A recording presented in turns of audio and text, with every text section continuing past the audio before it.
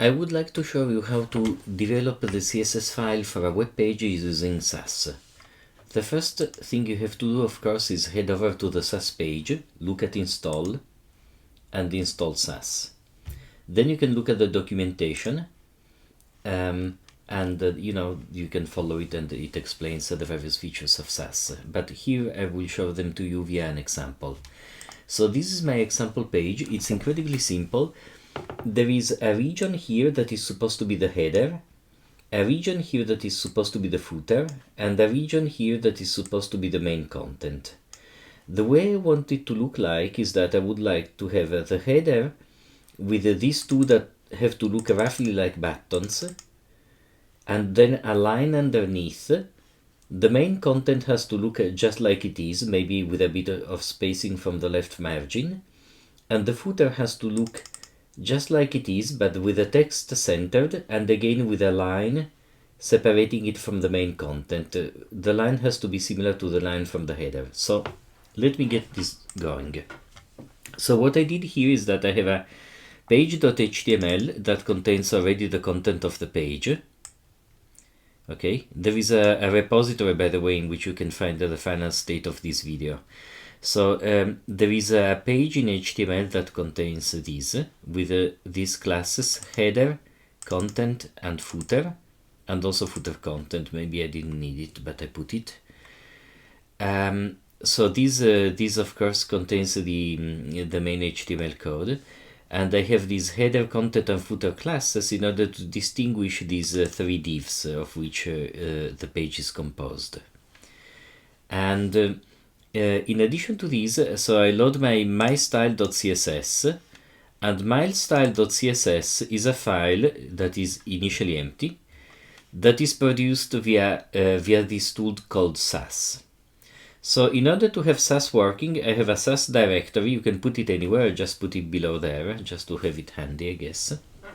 And there are two files in it. There needs to be a main style. So for every CSS file, you should have an SCSS style. Sorry, I didn't invent the naming, don't blame me. But these SCSS file will produce the CSS file. I should have called it CSS.css, and it would have been better, I know. Bear with me, okay? So the mystyle.css can import multiple files. This is just a way to divide the declarations in multiple files. And if we import a file, it will look for it with the underscore in front of it as well. So I'm importing content, but the file where the content is underscore content.scss. So here is the final place where I really want to put my code. Once I put code here, or if I put code here, the way in which I'm gonna produce the file is via this command: sass mystyle.scss / mystyle.scss. So essentially I'm telling Sass to read these as input and produce these as output. So this is quite simple.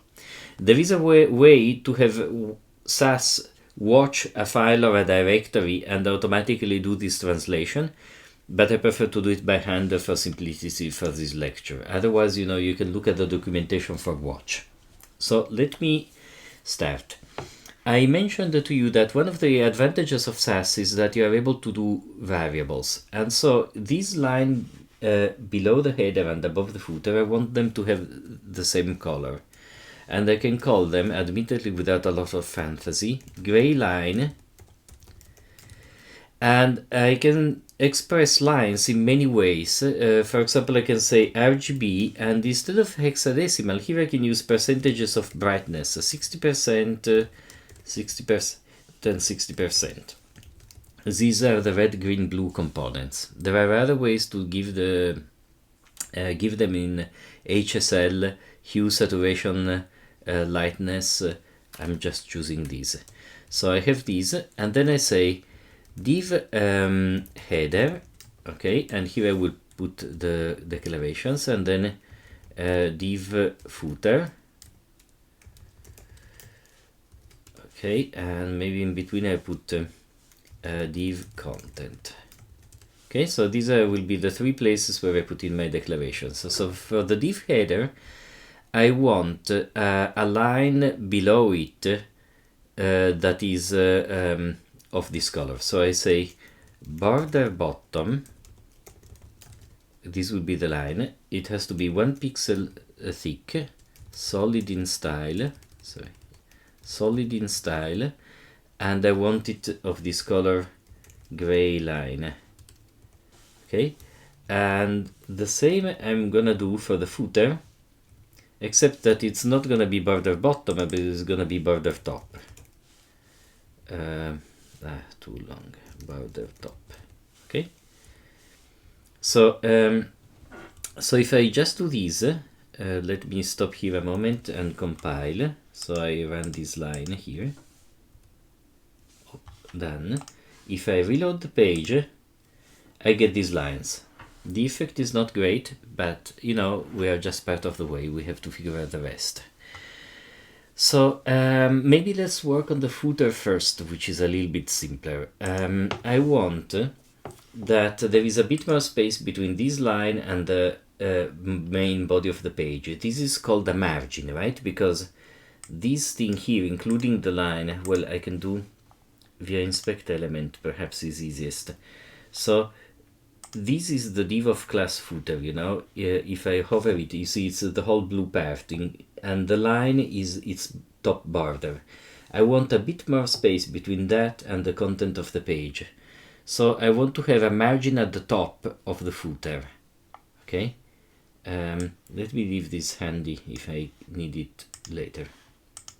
So I want to have here a margin top of maybe, well, actually I want to define a variable here, header sep. Okay, so this is a variable for a length. You can have variables for colors, for lengths. You can even do arithmetic among these length variables. Header sep, I can have it at, for example, 30 pixels. Why not? Okay. So if I do this, let me just see the effect of these alone. Okay, if I just rerun it and reload it, I just get more space here, which I like. Okay, and so here in the same, I can say margin bottom header sep. So you see the use of variables ensures that the spacing and these colors are actually homogeneous, which is very nice. If I now want to change the color of these lines, I can do it in one place only. So very good. Now let me finish styling the footer. I also want to say that the paragraph that is here in the footer has a text align of center. You see, I can do these nested declarations, which is incredibly useful because it keeps all my declarations related to the div footer here and only here. So it is quite easy when I write out the rules to make sure that there are no two rules colliding to try to style the same element. Now I style it here, okay, and okay, so it's better. You see there is the spacing in the center, the line at the top and bottom, and this is now centered. And I may want to do other things. For example, here I may want to say like background color. Well, let me define another variable. Typically I define variables for all the important colors of a page. So I can say, for example, I don't know, like header footer color, just to give it a nice name, and I can say that this is a RGB of do I want it white or off white? Maybe I want it slightly reddish, so I have 90% of red but only 80% of the other two colors. This is very light pinkish tone, I guess this would give. And so here I can use that color. So the colors, I'm just pulling them out of my thin air, you know. In reality, you do a lot more studies about the colors of a website. So why doesn't this work? this doesn't work for a very simple reason, that I'm being somewhat silly, that I forgot to recompile. Oh, and by the way, if you do it in this way, well, I'm not sure I like this pinkish color in the end. Maybe let me put this up to 85, I find it too dark. But I also want this to be symmetrical, so maybe it's not only to be... I want this paragraph to be padded, essentially, in a better way. Padding, I can give it 20 pixels of padding, and now I remember to recompile it, so that when I do these, yeah, you see there is also space at the bottom. Okay, great. Okay, so what I want to do now is make these first item and second item here look more like bullets. So I need to style them, and I start to say, so in the div header, you see there is an enumeration also here, but I just want to touch the one in the div header. So I say, for the UL that is in the div header, you see how I use nesting again. I start to say list style none. This will get rid of the bullets. Let's try it. I remember to compile again. And if I do it, okay, the bullets are gone. Now I give some other styling comments. I say padding left 0 pixels, because I don't want this space here. I want the padding to be done in a different way. And I want to say that every list element, you see one more instance of nesting, I want a margin right of 10 pixels. I want a border around it to make it look like a button a little bit, that is of 1 pixel solid. I'm not, sorry, I should make rounded corners, etc., but I'm in a hurry. So, and I say button line, okay, which is a color, and then I will define button line to be a color which is an RGB of maybe 80%, 80%, 80%, not with a lot of fantasy. Maybe I want to make it a bit bluish, why not, 90%.